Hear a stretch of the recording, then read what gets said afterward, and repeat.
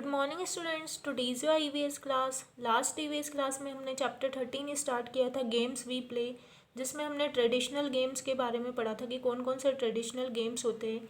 Now today we are going to start page number 100, modern games. ठीक है, modern games कौन कौन से होते हैं। फर्स्ट है athletics. What is athletics? Athletics किसको कहेंगे? Athletics is a collection of sport events that involves running and jumping. Athletics एक ऐसे स्पोर्ट्स इवेंट्स का कलेक्शन होता है जिसमें क्या क्या इन्वॉल्व होते हैं, दौड़, रनिंग एंड जंपिंग, मतलब कूदने वाले जो गेम्स हैं सारे उसमें क्या होते हैं, सम्मिलित होते हैं। और भी बहुत सारे गेम्स इसमें इन्वॉल्व होते हैं।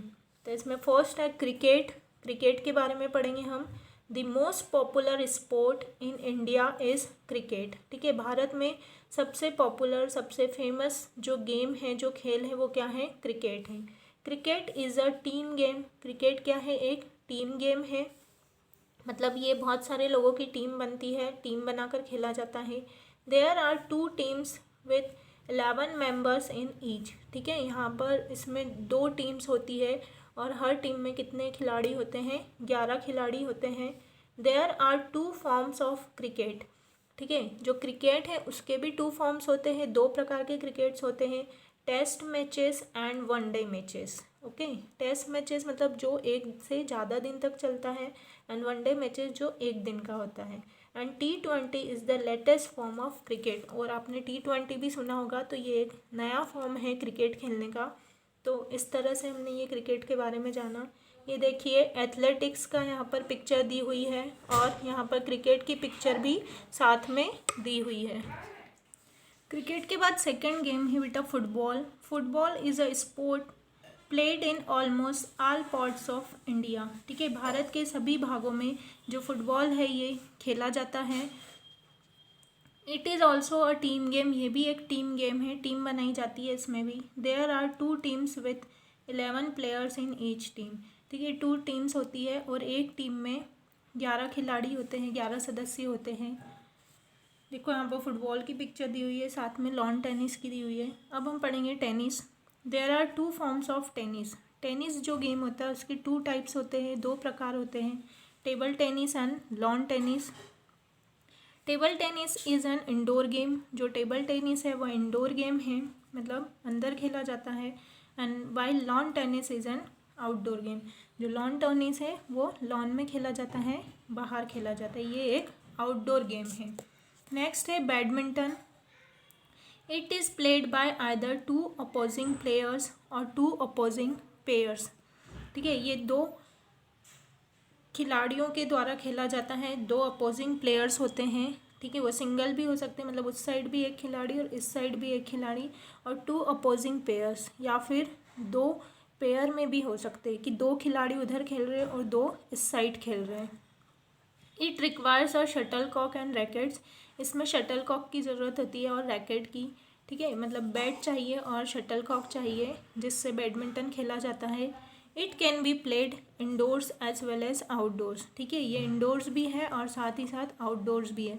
इसको शेड बना के अंदर भी खेला जाता है, बैडमिंटन शेड बना के, और इसको बाहर भी खेला जाता है। ये देखिए यहाँ पर बैडमिंटन और बास्केटबॉल की पिक्चर दी हुई है। नाउ अब हम पढ़ेंगे बास्केटबॉल।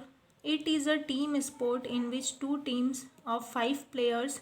ठीक है, बास्केटबॉल जो है ये भी टीम का खेल है, 2 टीम होती है इसमें भी, प्रत्येक टीम में 5-5 खिलाड़ी होते हैं। To score points by shooting a ball in a basket. इसमें क्या करना होता है, बॉल को शूट करते करते उसको बास्केट में डालना होता है और फिर जो जितनी बार डालता है उसके पॉइंट्स बनते जाते हैं। तो इस तरह से इस गेम को खेला जाता है। Now come on page number 101। Next game है स्नूकर। स्नूकर एक गेम है। It is a cue sport that is played on a large green baize. ठीक है, इसको क्यू मतलब एक लाइन का खेल है, ये लाइन से खेला जाता है। एक लार्ज ग्रीन बेज होती है, एक ग्रीन कलर की मखमल की शीट होती है, वुलन जैसी, cover table with pockets at each of the 4 corners. ठीक है, शीट के चारों कोनों पर क्या होती है, पॉकेट होती है, जेब होती है, and in the middle of each long side. ठीक है, और इनको कहाँ रखा जाता है, बीच में रखा जाता है। फिर इनको एक स्टिक से ऐसे करके उसको मारा जाता है और फिर ये कहाँ जाती है, उस जो आसपास 4 पॉकेट्स बनी हुई है उसमें जाकर वो बॉल गिरती है, तो उसको स्नूकर गेम कहा जाता है। नेक्स्ट है golf. It is a club and ball sport. ये एक क्लब और गेंद का खेल है। It does not require a standardise playing area. इसके लिए कोई मतलब एक स्टैंडर्डाइज एरिया की ज़रूरत नहीं होती है कि ऐसा खेल का मैदान होना चाहिए जैसे क्रिकेट और फुटबॉल के लिए होता है, टेनिस के लिए होता है, बास्केटबॉल के लिए होता है। इसके लिए कोई एरिया की ज़रूरत नहीं होती है। ये कहीं भी गार्डन में या कहीं भी मैदान में खेला जा सकता है। तो ये तो हो गया आपके मॉडर्न गेम्स। नेक्स्ट टॉपिक है आपका स्पिरिट ऑफ स्पोर्ट्समैनशिप। एक खिलाड़ी अगर होता है, स्पोर्ट्समैनशिप की क्वालिटी क्या क्या होनी चाहिए, उसका नेचर कैसा होना चाहिए, उसके बारे में बताया है। Sportsmanship means fair, generous and polite behaviour while playing a game और अ स्पोर्ट। स्पोर्ट्समैनशिप का मतलब होता है कि जो भी हो, सही हो, दयालु हो, उदार हो, और उसका जो बिहेवियर है, जो नेचर है, वो बहुत ही पोलाइट होना चाहिए जब भी वह किसी गेम और स्पोर्ट्स को खेलने के लिए जाते हैं। मतलब खिलाड़ी का जो नेचर है वो बहुत ही सॉफ्ट होना चाहिए। Players should greet each other before starting the game. जो खिलाड़ी है वह एक दूसरे को, उनको क्या करना चाहिए, ग्रीट मतलब उनको विश करना चाहिए किसी भी गेम को स्टार्ट करने के पहले। Players of opposite teams should not fight और फिजिकली हार्म ईच अदर। ठीक है, खिलाड़ियों को, अपने सामने वाली अपोजिट टीम के खिलाड़ियों को ना तो उनसे लड़ाई करनी चाहिए और ना ही उनको फिजिकली, शारीरिक रूप से चोट पहुंचाना चाहिए। Players should always behave properly on the field and should not taunt or make fun of the losing team। ठीक है, जो खिलाड़ी है उनको हमेशा जो बिहेवियर है वो कैसा रखना चाहिए फील्ड पर, मतलब जहाँ पर वो खेलने के लिए जाते हैं, बहुत ही अच्छा ठीक से बिहेव करना चाहिए। एंड शुड नॉट टॉन्ट, और जब अगर कोई सामने वाली टीम हार जाती है तो ना ही उसको टॉन्ट करना चाहिए और ना ही उसका मजाक उड़ाना चाहिए, क्योंकि नेक्स्ट टाइम ऐसा हो सकता है कि हम भी हार सकते हैं, हमारी टीम भी हार सकती है। तो हमको खेल में हार और जीत तो चलती रहती है, तो हमको कभी भी सामने वाली टीम का मजाक नहीं उड़ाना चाहिए। नाउ योर नेक्स्ट टॉपिक है लेज़र टाइम। लेज़र टाइम मतलब खाली समय में क्या करना चाहिए। Besides playing games, we can also refresh ourselves by indulging in other activities like singing, dancing and painting। Playing मतलब खेलने के अलावा हम अपने मूड को रिफ़्रेश करने के लिए क्या क्या कर सकते हैं। हम दूसरी बहुत सारी एक्टिविटीज़ है जिसमें खुद को बिज़ी रख सकते हैं, इन्वॉल्व कर सकते हैं, जैसे कि सिंगिंग, गाना गाना, डांस करना और पेंटिंग, कलाकारी करना, चित्र बनाना। Okay, now come on page number 102। Listening to music is a good way to relax. ठीक है, गाने सुनना एक बहुत ही अच्छा तरीका है खुद को रिलैक्स करने के लिए। We should get involve in activities that not only give us pleasure but also teach us new forms of art. ठीक है, हमको मतलब ऐसी एक्टिविटी में इन्वॉल्व होना चाहिए जो कि ना सिर्फ हमको खुशी दे, ताकि वह हमको नई नई चीज़ें भी, आर्ट मतलब कला की हमको नई नई चीज़ें भी सिखाए। तो हमको इस तरह की एक्टिविटी में इन्वॉल्व होना चाहिए। Activities such as painting, clay modeling and origami are called creative arts। ठीक है, ऐसी एक्टिविटीज़ जिसमें हम पेंटिंग करते हैं, मतलब चित्र बनाते हैं, कलर करते हैं।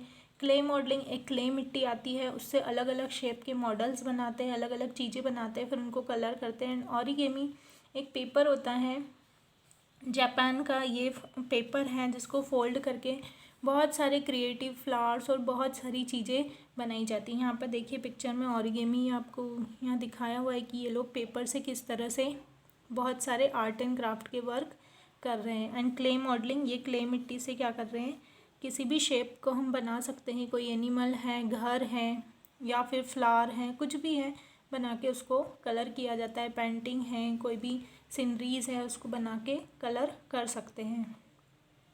These are creative activities because they involve your imagination to produce something new or a work of art।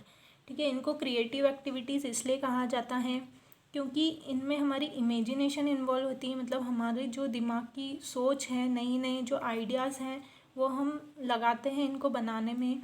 And produce something new, कुछ नया नया, मतलब जिस इंसान के दिमाग में जो आता है वो उस नई चीज़ का क्या कर देता है, ओरिजिनेट करता है और उसको बनाता है, और इसी को वर्क ऑफ आर्ट कहते हैं, मतलब कला। हमारे अंदर की जो कला है वो निकल कर बाहर आती है। Activities like dancing, singing, acting और playing a musical instrument are called performing arts.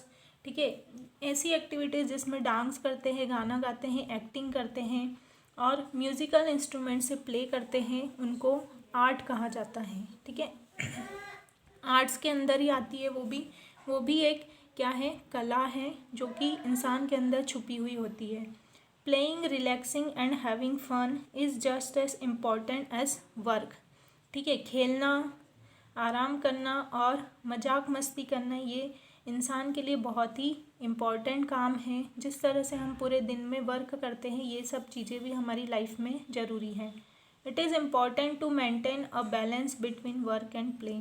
ये बहुत ही महत्वपूर्ण है कि हम हमारी जो दिनचर्या का जो काम है और खेल है, मतलब खेलना है, दोनों के बीच में बैलेंस होना चाहिए। दोनों चीज़ हमारी लाइफ में बराबर होनी चाहिए।